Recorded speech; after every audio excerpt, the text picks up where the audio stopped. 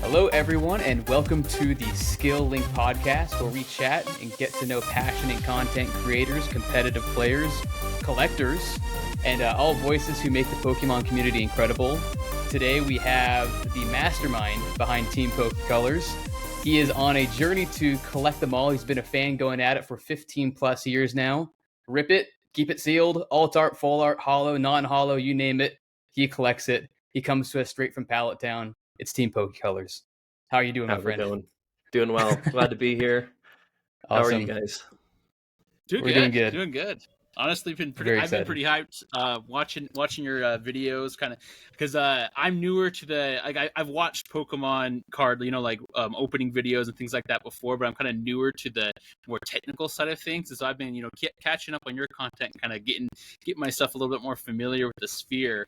And like one of the things that really caught my eye when we kind of got started talking about having you on the show, and kind of some of the things that you've mentioned into in your videos and stuff like that, is that you've been a fan of the Pokemon franchise ever since you were a kid.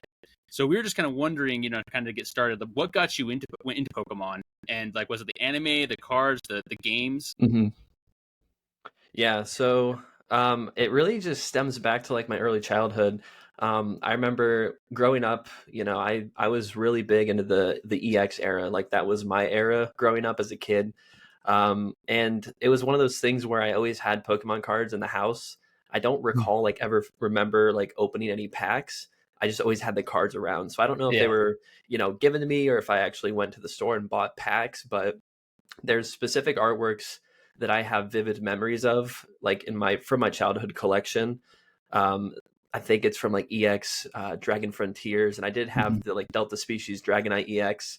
So like cards like that I remember from way back when. Those, they've just kind of stuck in my memory. And I did watch the anime a little bit. We had like the first season on DVD, so we'd kind of watch that on repeat here and there. But honestly, it was more of the like. So I had a Game Boy Advance, and I had I think it was Leaf Green, I want to say, on the Game Boy Advance. And so that game, I played it, and I never really could get past the first cave coming out of that first town. So I would always forget to like save, because I was terrible about saving, because back then on like PS2 it would just auto save, but Game Boy you had to manually save. And so I would have like Charmeleon and like have him evolve from Charmander, and then I would shut it off and have to restart over. So I ended up getting frustrated with it and, just gave it up. But I always had the cards around. And then I have, so Team PokeColors is actually 2 members, one of which is my cousin, who kind of helped me get back into Pokemon. So he is a little bit younger than me. So when Heart Gold, Soul Silver era was around, he was still into it. And at that point I was out of it. I think I was going into like middle school. So I'm like, I'm too old for this stuff. And so I ended up giving him my entire Pokemon collection back then for a birthday present. And, he never really got out of it. And he reintroduced me to Pokemon when we were in high school, right when like XY Furious Fisk had dropped. And so it was from that point on that we're like, okay, let's get into this together again. And, it just kind of snowballed into what it is today. Really, it's been fun. That's awesome, man. I gotta tell you, so I mean, in my research, I watched your most recent video today about you went and got some EX cards, and I didn't know, like, I don't know the eras or anything like that, but I saw those Blazikins and Torchics in there. I was like, I have some of those cards, and it hit the feels. So I kind of understand. I mean, I'm kind of getting, kind of what you were saying, where it's coming back. Like, the cards are a major part of the franchise, and I think we all had kind of like, they've touched us in some way. And we have memories of opening them, imagining what could be possible. I remember playing with my cousins as kids. Like, we draw Pokemon cards, and that was the Pokemon that we were, and then somebody was the Pokemon trainer and had to catch us, and things like that. And it's just like, it brought back a whole ton of memories to me. Another question that I had for you is your logo. I think it's Mhm. amazing. You know, you got the Team It's Plasma really cool. shield with the really cool Yeah. Pokemon card symbols on the side. I was just curious in general, like, how did you come up with that? That was such a cool design choice, and I think it's super awesome. Yeah, I appreciate it. So it actually, funny story. So Team PokeColors, the channel that you see on YouTube today, is the second version of the channel. There Okay. was a older version that was tied to an old email of mine that I don't know if I got hacked or I've lost access, forgot the password, basically got locked out of the email. And so Yeah. that channel is still on YouTube and it has like a lot of openings from the early XY through kind of, I don't know, mid XY era, because that's Oh, when we nice. started making videos for it. But it never got like it got 100 subs max, I think. And I was doing like sub train back then where it's like you subscribe to 5 people and they subscribe to you. And it's Yeah. kind of I remember shady anyways, just to get more subs. That's Um, but yeah, it's like me and Alex, who's the other member that kind of helped founded it back then. You know, he had come up with the name for Team PokeColors because I had initially pitched like we need something like Team Plasma, Team Rocket, like it's got to be Team something that makes sense because that. there's two of us. And you know, then he just kind of blurted out like, "What about Team PokeColors?" I'm like, "Dude, that's actually pretty good. I like that." Oh, nice. Yeah. So then over the years, the logo has changed just a little bit. The first version is just a Pokeball with all the like types around it. It was some stock image I found on Google, and then that is kind of the inspiration for part of the background with the kind of like makeshift Team PokeColors like badge with a Yeah. little bit of a differentiation in the background. So it's just kind of a mixture of like the old and the new, which was cool. And I've done Photoshop for years, so I just whipped it up in Photoshop, and that's what I use for like thumbnails and stuff. So Nice. I know it fun. pretty well. That's super cool. Yeah. It's kind of fun to see like the legacy, right? Like where you could be like, Mhm. that's how it was. That's where it is to come. That's super cool. I love that. So Yeah. I like hearing about how you came back with your cousin. So I'm kind of the same way where my brother and I are super close. And Pokemon is like the big reason for the tight relationship. His games, but his also cards. So growing up, we were pretty big collectors. When I was like probably 10 to 12 ish, and he's a few years younger than I am. And then same kind of thing. I just was away for a while, and then when the pandemic hit, I feel like this happened to a lot of people. But when the pandemic hit, Mhm. I was like, oh yeah, Pokemon cards, dude. Let's go get some. And it was actually Rebel Clash when I started collecting again. Funny enough, like the Oh set yeah. that no one talks about from Sword and Yep. Shield. Um, Exactly. but so that's we got some ETBs and got back into it. And basically since then I've been going at it again. And I was looking back at some of my old stuff. And one of my favorite memories is I specifically remember we got a tin, had like EX packs, something that's probably worth like $2,000 sealed now, but back then, of course, it's like $15, whatever it is. Right. Yeah. And EX Holland Phantoms, I got the Mew EX from Holland Phantoms, Ooh, that's a and nice it one. was in my binder, sat there for years and years and years. And when I got into things again, I'm like, dude, let's just grade it and see what happens. I don't care. It was such a cool memory to open it with my brother and pull it.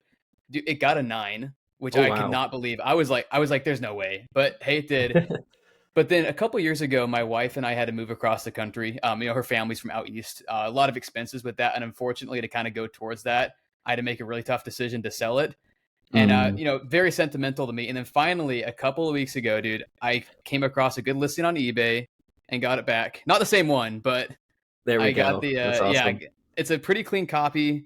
I'm probably gonna grade it. I'm guessing probably no better than an 8 or a 7, but this one will not leave my possession after that. So that's like one of my favorite memories of it, and I wanted to show that off. So I mean, with you, do you have a specific memory that you've really treasured, Yeah, I mean, or a prized collection piece? yeah, for sure, for sure.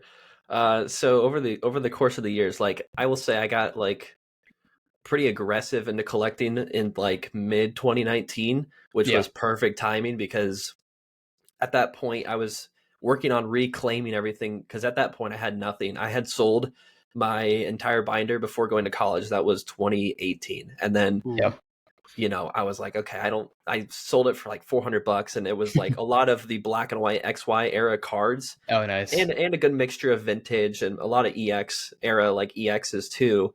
So I've been slowly reclaiming those over the years, but you know, like to your point, that's the best thing about Pokemon is that like if you have personal attachment to say a card, like for example, my Dragonite Delta species that I remember having as a kid, So like cool. there's so many out there that you can go and get and still have that same feeling of when you own it again. It doesn't have to be the same physical card, which is awesome.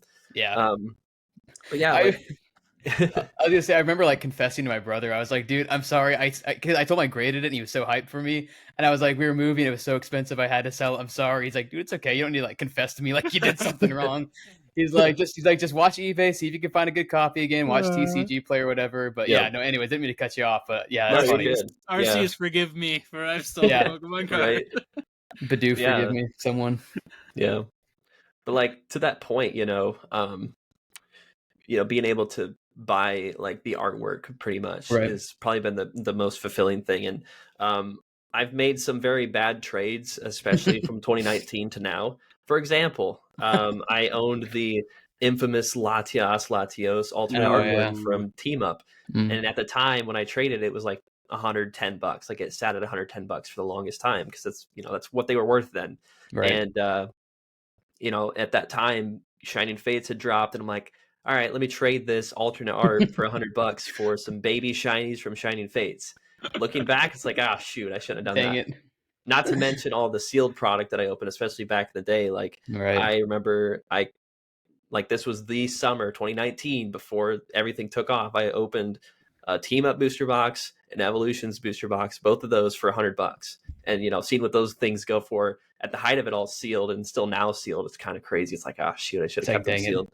And then back in like 2015, I opened a Plasma Freeze booster box. That thing's like $3K now. It's like, gosh, dang it. So, yeah. There's no way of knowing. Now you gotta buy two, right? You gotta buy two. Yeah, one to buy, one to rip, and one to keep sealed.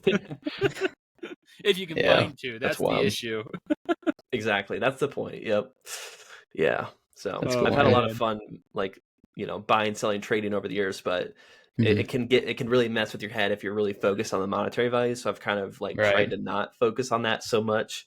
But obviously it's hard not to when you get to a point of like, wow, I could buy this card for this price, or I could spend double, triple trying to pull it, or something like that. It's a mental battle usually for me. It is a tug of war. I agree. Yeah. Yep. So kind of along with this line of, learning this experience of, learning like when to go, get it from, trades, from, the store, things of that nature. What of the things that you have your cousin Alex and things like that he kind of got you back into the sphere of Pokemon trading and things, Pokemon card trading and things like that. So I guess like one of our questions for you is like, do you have like a treasured memory, something that like one of like your most favorite polls, one of your most favorite moments, like even like maybe before you got out of it or even when you got back in? Yeah, honestly, like, there's so many things that have happened over the years. I'm somehow notoriously able to pull like most of the chase cards from these modern sets. Like the Obsidian Flames, and you got I pulled like 3 of them, 2 of which were like during pre-release, which was very rare. Right. And then on top of that, like I pulled the Iono full art when Paldea dropped. I didn't pull Miriam. I traded for Miriam, so I will say I didn't pull that one. But like at least with Charizard, for some reason, like Shining Fates art, I pulled him. One of the earlier weeks when it Shining Fates came out, I pulled the Hidden Fates Charizard for my first Hidden Fates ETB. And that was when I was like really fresh back in the hobby. And like, that was when that guy was going for like 10K. And I'm like, whoa. You're just like the power. Whoa. I know. It's the feeling of like, I could sell this right now for $10,000, or I could save it and not have to buy it later. That's kind of like, I didn't sell it. I ended up trading it for a bunch of like old school, like vintage holos and stuff. Right. But yeah, like honestly, just the pulls that I've managed to pull, like not even including like alternate arts from Evolving Skies, or just thinking back, like being able to open, old school packs. And like, I remember it was a video that I had done for like 100 subs on the old channel. And back when, that time was, I ordered some like platinum Arceus packs. I ordered like 5 of them for, I think, $40 because that's what they were worth then. Dang. And I ended up pulling like I'm trying to remember what the card was, some level X I pulled, and like thinking back, like I would love to open some Level X era packs now to pull one, but just knowing that I did that at one point in my That's so life is cool. cool to say. Mm. Yeah. So it's just been fun like ripping packs over the years because, you know, I was able to appreciate the old school stuff before the new school stuff came around and kind of took everything over. Right. And shook it Yeah. all up. So right Yep. now, I want to ask you, do you have one thing currently either sealed or graded, or if it's raw, that if it's like a holy grail, whether because of value or anything that you're particularly proud of that you have sitting with you at the moment? Yeah. I got it in the back here. Let's see if I can. So back in 2019, let me rotate. I'll just grab my camera. Screw it. Yeah. So right here, I have one of each of the Evolutions ETBs sealed. So cool. And the best part about those was I picked them up from Walmart back when, you know, they were always on the shelves, and I got them for like $30 each on clearance from Walmart. That's It's crazy. like those two I was gonna sell at the height of it all, but I just never got around to it. And now it's one of those things where like they've been with me so long in my collection that it would be weird to let go of them for like literally anything, regardless of the value. And plus they're super cool like display pieces, I think too. So like that's another thing. And you know, I have it's kind of tucked to the back, but I have a GameCube game. It's the Pokemon, I think it's Pokemon Stadium that I got, you know, I had that growing up, and my grandma had kept like a hold of it over the years. And when I got back into Pokemon, I'm like, hey, grandma, can I put this in my display? She's like, yeah, that's yours. It's fine. Like, take it. And then she calls me like a week later. So that game you took from me is worth how much? I'm like, you said I could have it. About that. I'm not gonna sell it. I'm not gonna sell it. Exactly. Man, that's awesome. Oh, I love it so much. So kind of speaking of your channel and kind of you know, the progress that you've made in the last couple of, you know, years and things like that, what is, you know, maybe some of the things that you feel like has worked well for you, you know, and also maybe kind of what are the roles that you and your cousin take as you're, you know, looking at cards to get, where to find them, when to buy, things of that nature. Yeah, that's actually a really great question. So the difficulty of trying to only do openings on YouTube is tough, especially if you like go all out. Like if you're only doing openings, it's going to be really hard to grow. So we had to kind of figure out like, okay, what different things could we do for the channel that would kind of set us apart to a point to where we could get more viewers and like different, you know, audiences that don't, you know, just care about the opening side of things.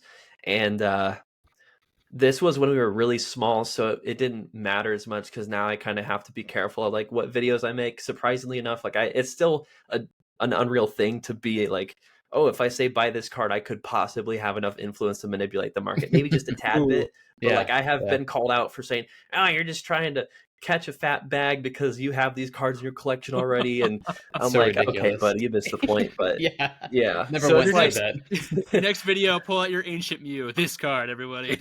This card that you can get, this particular one actually, this price is going to skyrocket in the next month. Buy it now, everybody. Then suddenly, so like new listings on eBay, like 10 new listings. Yeah, that'd be Same hilarious. Count. Yeah, but yeah. So it's like, you know, trying to think of what else I could do besides opening, and we kind of ventured down the like underrated cards to buy, insert month, insert year, and that did pretty well. I think there was one. It was actually the top 5 Pokemon cards to invest in for like whatever the next year was. So I think it was 2021 when I had made that video. That was like the first one to hit 1K on the channel, which was insane because back then like the videos were averaging like anywhere from 10 to 30 views. Right. So like to have that one kind of not blow up, but kind of blow up at that point was really cool. And we're like, okay, people want to see market type videos, or at least quote unquote informational type videos. So then I'm like, okay, what else? Okay, let me make one about how to identify fake Pokemon cards in, you know, insert year. Like that was another big one that still is getting views to this day, even though it's from like 2 years ago, and it actually still has the like 2021, you know, in the title. So it's like, you know, I've been asked to remake it, but like fake cards don't change too much, you know. Like that's still relevant. Yeah. What's the one that you did? It was earlier this year. It was just like, like this specific subset of cards. Pay attention to it. You like were right on the money. Like literally a month or two later, I love that. That's the best. The trainer gallery ones? You're like, these are like that, and then it was a trainer galleries, and then like Sword and Shield has like even now like the prices of these alternate arts are like dirt That's cheap. what it was. Like the Haunch That one Crows, too. the Golurks, Yeah. those Oh kinds. yeah. Yeah, the Skuntank. Yeah. The buy now to save more later series. That's what it is. Yeah. No, That's dude. the best. That's the best Seriously, bit. what was it? No, I think I got the Empoleon from Battle Styles. I can't remember if you mentioned it, but I mean that video kind of inspired that thought process, and I saw a couple other people talking about it too. Mm-hmm. And I don't know, I probably got it for like around $20. And I think the Empoleon's like 40 to 50 now or something like that. Yeah, And I was like, I think it's up there. Yeah, it's definitely and, gone up a little bit. and it's not crazy like it's, hundreds of dollars in savings, but something marginal where it's like, well, hey, now I can take that 20 to 30 and, get a bunch of trainer galleries from Brilliant Stars or whatever, So Mm-hmm. I think that's helpful, that's cool. And I want to ask, as far as all these different eras, it's been cool to see how things have evolved over the last few years specifically. And a lot of people are talking about the current Scarlet and Violet era. I know people are mixed on it. Yep. There's some good, there's some bad. What do you think of the era so far? What do you hope Pokemon adds or improves with this era? And then on top of that, what's been your favorite era to collect so far? Yeah, honestly, my favorite era to collect so far, I'll start with that because it's just been insane. Like, a buddy of mine, literally just yesterday, I met up with and went to his place, and he had some vintage hollows that I needed for my completed set binders, so we worked out a deal. And then right as I was about to leave, he was like, "Yeah, man, I know you last time you asked about these, EX era, e-reader era, that kind of thing, like bulk, because I'm always like, yeah, I have a lot of those sets that I need a lot of commons for, and I just never have enough time to like go through every single one and see if I need this card compared to my binders." It's like, he's like, if you come around next time, I'll have them for you. I'm like, question, what would you want for those? He's like, honestly, man, for you, I'll give you a deal, $50 in ETB. I'm like, are you all right? That's a deal. So that was huge. That was a huge pickup. And now I have like so many cards to go through to see if I actually need them for my binders or not. But I think the way that I see with like Scarlet and Violet that is healthy for the hobby is that there's not a lot of like, Evolving Skies type alternate arts that are going for over $100. Like there might be a few here and there, but these beautiful artworks and these beautiful like hollow foil cards that you can get, from pulling them or for pretty reasonable prices compared to what we've seen in the past. I think it's good because, it makes it enjoyable to collect the cool cards versus being so caught up in the money. And like what really opened my eyes to this too was it was Scarlet Violet base set pre-release that I went to, and I was doing some trades with this young kid. I think he's probably like 10, 9, 8 in that range. Mm-hmm. And we were trading, and he's like, okay, I think this card's worth about this much and this card's worth about this much. And like I'm like, wow, that's I was thinking, I'm like, back when I traded back in like 2015, 14, we would do like rarity for rarities, like ultra rare for ultra rare, like full art for full art, whatever for whatever. And to think like, that's where a lot of the younger kids are coming up with like the mentality of, oh, the money this, the money that, like this card's worth this much. I gotta, it's like, gosh dang. So I think it's good to kind of get a more realistic kind of like check and balance with, it's not always about the money. And I think it's cool because, it allows somebody like me who, rips a decent amount of packs, I would say, to honestly go for master sets. Cause like that was something I didn't really try back in the day.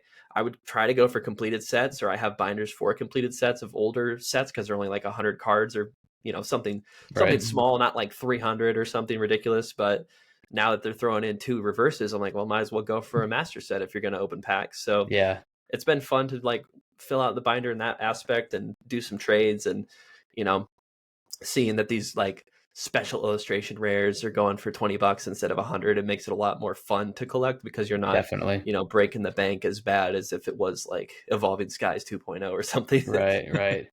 And I know some of the the Pokemon who are newer aren't need a little bit to get to that same beloved status as some of the older ones, but like, dude, the Miraidon and Koraidon special illustrations from base set, like those are gorgeous cards, and they're like under $25 now or something like that. So but then if you want to do a master set of Evolving Skies, I mean, granted, it's gone up quite a bit, but it's what's like 5,000 or something like that to do a master set of Evolving Skies. It's the most expensive. It's Like, don't get me wrong, I love Rayquaza a lot. I love my Evolutions, but I'm just like, man, I don't really can't miss do it. that. I don't miss that. Yeah. And of course, I gotta say this: the one booster box I got. So when I got back into it, I was like, okay, I'm gonna get at least one booster box of every set that comes out. Of course, my Evolving Skies booster box, I think I got like a Trevenant Rainbow Rare or something like that, and that was like my pull from the box. And I was like, Dang. again, sorry for any Trevenant fans out there. Trevenant's really cool, but Yeah. I mean, when there's Rayquazas out there that are like $300 or Moonbryons that are 500, hoping for a little bit more. But I don't want to be that guy. But yeah, I could have just got the Trevenant for like $10 and been happy with that. So, anyways, I love it. I kind of in this conversation in this vein. We're talking about 10-year-olds nowadays are even going by the market value of things, and you have that mix of content of what you should invest in, how to market things, and things of that nature. So I guess because it's an interesting dynamic of trying to figure out the value, but also making sure that you can actually get to it to collect them all, right? Because like you're saying, I mean, they fly off the shelves a lot of the times and things like that.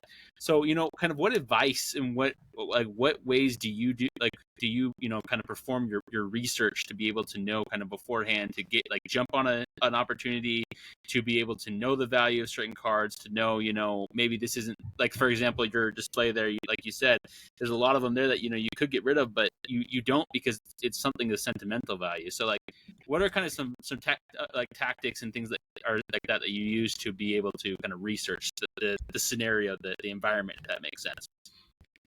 Yeah, that's a really great question. So first thing I do is honestly look at like the history. So being fortunate enough to be in the hobby just before the big boom, I have a little bit, and like even being around back in, like I would say like 2014, 2015, maybe a little bit into 2016, a little bit, that time was kind of like, it was all right, like thinking back, like without thinking about the money that could have been made from all the stuff that was still on shelves back then. Like, if you wanted to, when I think it was when Roaring Skies came out. So this was, probably 2015, I think. I don't remember exactly, but you could go and still go to Walmart and find like Heart Gold, Soul Silver packs at that point. And those were 6 years old at the time.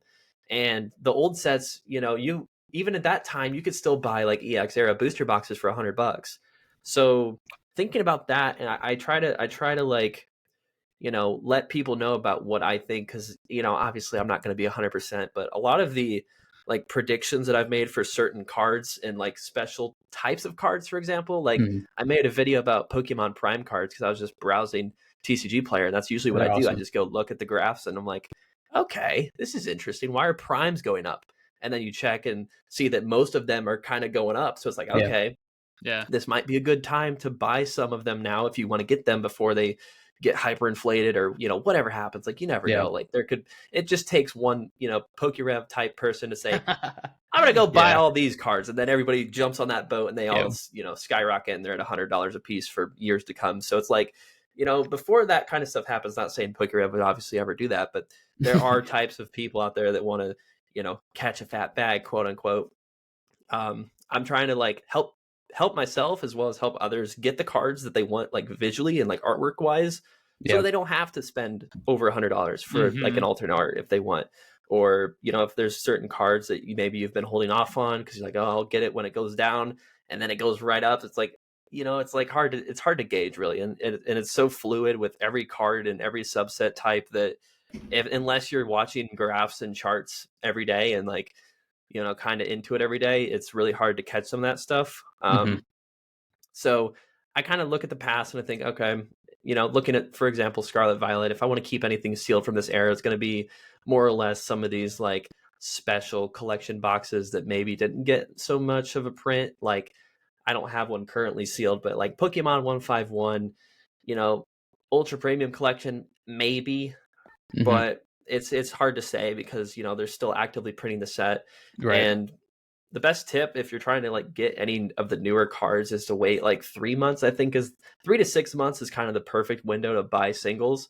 We're kind of in a time right now though where a lot of the modern days, even some of the older singles, from older sets are kind of super cheap compared to what they were. And partly because of the economy, and not everyone's got hundreds of dollars to throw out from stimulus money and to get cards. And so it's like you kind of gotta like factor in like other things, not only just the Pokemon market, but like markets in general too, especially. Yeah, so I mean, it just depends. Like, oh yeah, back to the Prime video. So I made that video, and then like 2 months later, Danny Phantom makes a Prime video and says Yeah. these, shows these cards going up. I'm like, hey, like that's my selling point. Like, hey, I told you guys 2 months ago before he even, talked about him. So Yeah, you heard it here first. Trevenant and Team Phantom, PC. man, they're making waves here for both of you guys. That's funny. Well, I want to ask. This kind of leads into this next question that like Logan was saying is that I think at the end of the day, you just collect what you love, right? Ideally, you have a Mhm. collection Yep. where if it went to complete zero, you would just carry on as if nothing happened. Ideally, there's a lot of cards I want where I'd love for the price to drop and not care about the value, but it's a hobby where the dollar sign is intrinsically connected to the card. You can't really get around that. So, obviously, it's generally more wallet friendly to buy singles and get the exact cards you want, but there's also no denying that the thrill of ripping and hitting that card that you Mhm. really wanted amazing. So it seems like you strike a really good balance, between keeping stuff sealed, ripping stuff, and obviously just hopping on TCG Player and buying something or grading something. So, like, what's your general collecting approach? Is it a little bit of everything? And what kind of advice would you give to a novice collector so that way, they can maximize their fun, but still be, nice to their wallet? Yeah, that's a great question because I actually did find myself at one point in time, like this was 2020, height of it all. I was Mhm. in college. I didn't have a job at the time Hmm. because it was, 2020 obviously, and I I had like a weekly allowance from my grandparents that they'd send me. So I would have maybe like $100 or maybe $150 in a month to give, like just to spend on cards. Mhm. And at that point, it got to a point where I was ripping packs and I wasn't buying the singles that I wanted, and I wasn't hitting too much from the packs, and it was just like such a negative experience. And it Right. actually got to a point where like I just wanted to quit like buying cards Hmm. altogether because I was just such at a low point. And it's taken, years of trying to train myself because the thing about it is, guys, is like I remember 2020, you couldn't find anything on the shelves. We all know that if you were around in the hobby at that time. So Hmm. that kind of conditioned at least me to think, okay, if there's stock, if I go to Walmart or Target and there's something there, I gotta buy it because it's gonna be worth more in a month or two. And that's kind of the negative side of it. And so trying to untrain my mind to not having to go and buy whatever's on the shelves or whatever the newest set is right when it drops. Like Yeah. I still buy the newest set now, but I don't like, freak out if I see a tin on the shelves because there's no tins on the shelves. Like and nowadays there's a surplus of stock. So it's like, oh, I've seen all this stuff already. I've already opened Yeah. this. I don't need to buy it. So Right. that was one thing that was a challenge for me. And then, yeah, to my point earlier, like if you're gonna buy singles, wait 3 months. And if you're going for the new modern sets and you can find packs, I mean, even if like they're a little bit older, like I've seen like Silver Tempest, Lost Origin, those sets kind of get restocked at Walmart's here and there. If you're gonna rip packs, rip some packs, maybe at the time of the set's first release, get a booster box, maybe get an ETB. I try to go for like one of each product before I stop buying, Right. the sealed stuff to rip. But I don't usually follow that rule either because I can't. It's tough. Yeah, it's But hard, that's man. what I try. Yeah. And then at that point, wait a couple months, buy some, cards. And fortunately, if you are collecting sets kind of back to back, then about by the time the new set has kind of hyped, like the hype has kind of died down, and maybe you've opened some stuff, and like singles are still expensive because it's like a month in or two. The previous set is prime pickings for singles, so Yeah. it's It's always true. kind of like a what do you call it? It's like a teeter totter back and forth. It's Oh, like a pendulum? buy, yeah, exactly, buy the new Yeah, set, rip it a little bit, have some fun, wait a couple weeks, go buy some singles for maybe the set previous or even two sets ago. that's cool. And that's kind of the strategy I've been doing, and it's helped me kind of even save more in the long run because I'm not, trying to pull like a Miriam from, Scarlet Violet base and ripping ETBs on end. So it's The been team PC pendulum strategy. I love it. yeah, exactly. I I, coined the I That's term, got make a cool. sticker of it. I got a question as a noob to this whole sphere and things like that. So when a new set comes out, do we know or is it announced like how many of like the boxes are going to be printed and things like that? And so you have to kind of be aware of that, or like how does that kind of work? I'm just curious because like that obviously will contribute to the frenzy, the toilet paper frenzy, like you're mentioning. Yep. Yeah, that's a great question. And like The statistic that you should probably be aware of is that last year, 2022, there were more cards printed than like 75% of all cards printed from base set to the newest set. Oh So wow. the modern stuff is being printed out the wazoo, but the thing is that most people don't touch on this, but the amount of collectors or fans or hobbyists that have joined since A 2020 lot has more. also gone up. So it's kind of, I don't know if it's like 1-to-1 like scale of like, every new collector, there's a new, I don't know, billion cards printed or whatever, but that's always something I like to think about too with these modern sets too. And, it's like thinking about that and thinking about previous eras. We call them eras. I call them eras. I don't know. So I like like there's it. X, Y, black and white, those are pretty lowly printed, but then you have even like EX era that's severely underprinted Yeah, because that very was even low. still like part of the Wizards of the Coast back in 2003. And then you have, I guess, base set, but like base set I still see, Dude, there's a lot of base set out there, man. yeah, there is From what I've like heard, they printed I mean, not like today, but they printed a lot of base set, like Yeah. unlimited. That is, of course, not Mhm. shadowless or anything. Right. But anyways, yeah. Yeah, and like thinking about base set too, I was told that apparently shadowless base set, like not even first edition shadowless, but shadowless is more rare than both of the Yeah. other types of base sets, which is weird to think about. Right. So yeah, I mean, it just depends. Like you kind of got to focus on what type of collector you want to be, and I've touched on this in a video a couple years ago. It's like, do you want to be the collector that collects binder completed sets? Do you want to go for special subsets of cards? Like, do you want to collect all the amazing rares, all the shinings, or all the shinies from Shining Fates, Hidden Fates? Like, once you figure out kind of like what type of collector you are, it can kind of help, Guide you. narrow your focus in so you're not Yeah. blowing money on packs trying to rip stuff that you may not care about as much. I And love I've that. taken that approach too. So like that's why I bought 2 ETBs full of EX era bulk, because like that's my jam. That's That's the so cool. stuff right there. I love it. That's a great way to look at it. Well, I got one more question for you. After this next question, we got kind of a rapid fire round with some just some quick fire stuff at you, and then we have some shower thoughts to round things out, just like random Sweet. miscellaneous things. But yeah, last question as far as like your content and just general card stuff goes is, we're already kind of touching on it. Is, of course things got crazy a couple of years ago. A lot of that came because of the alt art craze from Sword and Shield. Mhm. They kind of hinted at it at the end of Sun and Moon, and then they stopped doing it for the first half of Sword and Shield, and then they randomly like battle styles, of course, and Chilling Reign and so on. It took off from there. Things seem to have cooled off a bit, but then you have 151. There's been a ton of leaks for Paradox Rift lately. That could maybe wake things up as well. I love the Paradox Pokemon. I'm actually really excited for Paradox Rift. Yeah. Um, Yeah. what are you most looking forward to? Like, what would you like to see over the next few sets? Because generally, it seems like the last half of each era is where they really dial things up. At least that's how the last couple of eras have been. So Oh yeah. Yep.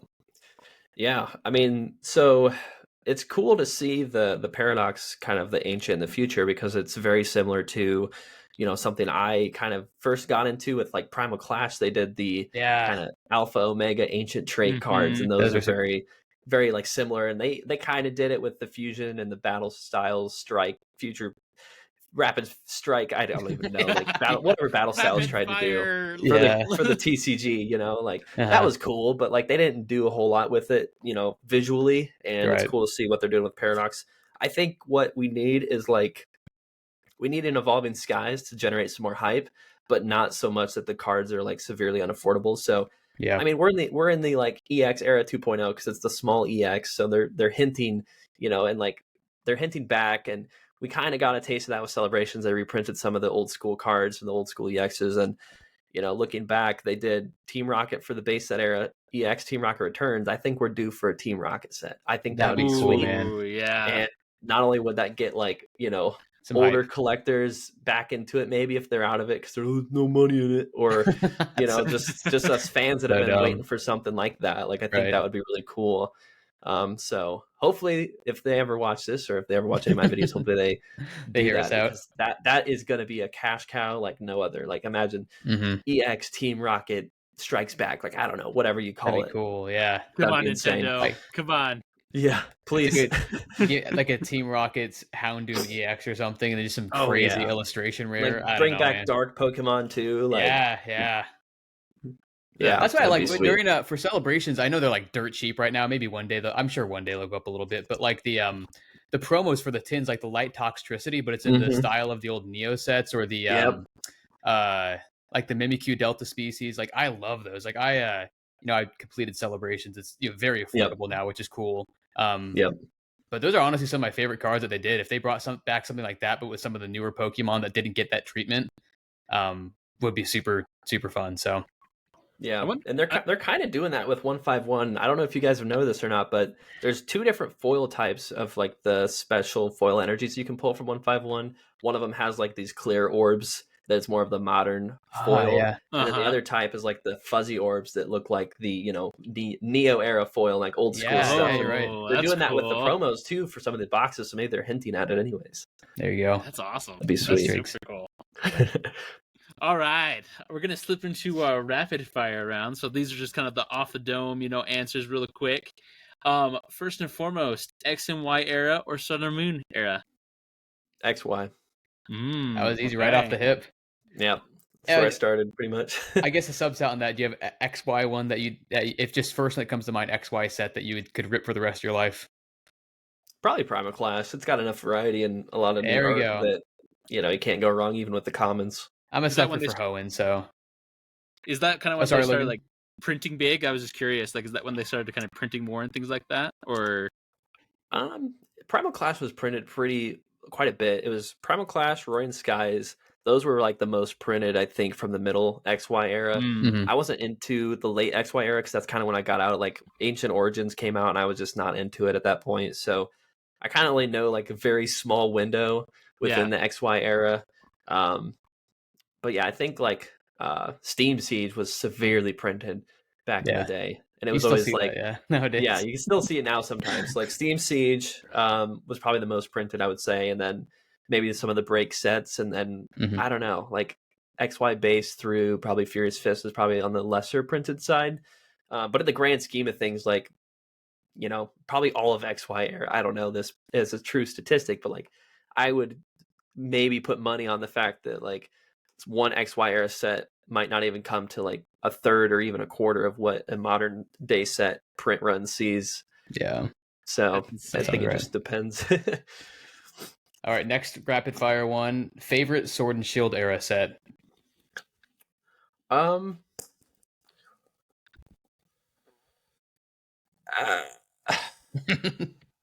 a good one. I know it's supposed to be rapid fire, but I can't really think of all of them. Yeah, it's all good. It's all good. Yeah, I definitely don't want to say Battle Styles. That set has not treated me well. I don't know. I might honestly say Crown Zenith. It's got a lot of like the Galarian Galleries. I think are very like alternate art, like at least if they're the textured ones. Oh yeah, and it's just a fun rip overall, fun set to collect in a binder, and a lot of variety. So probably that one, even though it is more of like a special set, but whatever. Okay. Yeah, I feel like that one, like the hype leading up to Crown Zenith was crazy, and everyone went crazy for a month. And I mean, it's been almost a year. It's been like 10 months. Yeah, I feel like it. I don't even know if I want to say died, but yeah, I mean, kind of. Because I agree. I feel like the pull rates from it are still awesome. It's like probably, I mean, it's super fun to rip. Really rewarding too. I feel like everything is really affordable as far as singles go, outside of the gold cards. But I digress. Yeah, that's a really good choice. I think I back with you on that. Nice. All right, regular full arts or rainbow rares? I'm gonna say depends on the era, to be honest. Like if we're talking about regular full arts from like XY Sun Moon versus now, like I would go regular full arts now. But if we're talking about rainbows, if we're talking about Sun Moon rainbows or Sword Shield rainbows, I'd put Sword Shield rainbows over Sun Moon just because they're a little. I don't know. The speckles just hit a curvature somewhere in my brain that makes it better for me. some trip of dopamine in your brain goes off. Yeah. It is. I love it. Nice. Cool. No, that's fantastic. And kind of in the same vein, now we're gonna hop into some shower thoughts. We have 3 right here for you.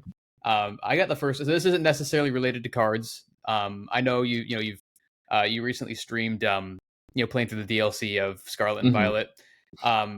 If you could change one shiny from any generation, any Pokemon, which Pokemon's shiny would you change, and what color scheme would you change it to?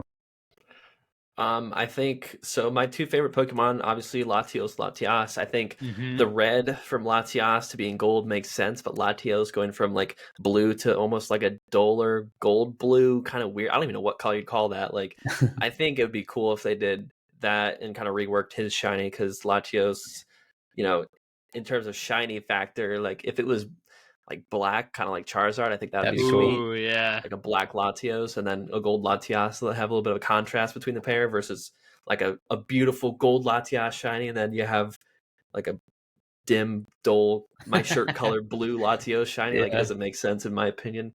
And I'm Yeah. sure there's other ones out there. I know there's like, some green ones that people don't really like, and I don't care for some of them, but I can't think of any Like others off I, the I top of think my head. I think Espeon got puked on. Is that one of the ones that Yeah. got greenified? If I'm not mistaken. Yeah, yep. Honestly though, like if it's on a card, like if you look at the Gold Star Espeon being shiny, like I don't think it's that Not bad. bad. But in the games, it just doesn't look Doesn't right. look right. Mm-hmm. Yeah, Needs to imagine a be. black Espeon. That'd be sweet too as a That would shiny. be sweet. That would be nice. Or like like black or black with like the blue gem, like the gem turns blue, like how Umbreon's Oh, rings go yeah, blue. That'd be cool. yeah, because then they kind of match with the yeah, exactly. That'd That's be a good sweet. idea. And what I never got is how like Gengar basically is shiny turns into like a gray nasty purple, but then the Mhm. Mega Gengar turns into this dope like it looks like Casper. It's a ghost. Like it's white. Yeah, So I don't know, some I don't get. I don't know what the process is behind it. yeah. I All couldn't right. tell you. I have no idea. Next shiny or not next shiny thought. Next shower thought here is going to be if you could talk to the Pokemon company. You're in their board meetings. You are the marketing director, and you can make any piece of merchandise from the company. What do you want the Pokemon company to make?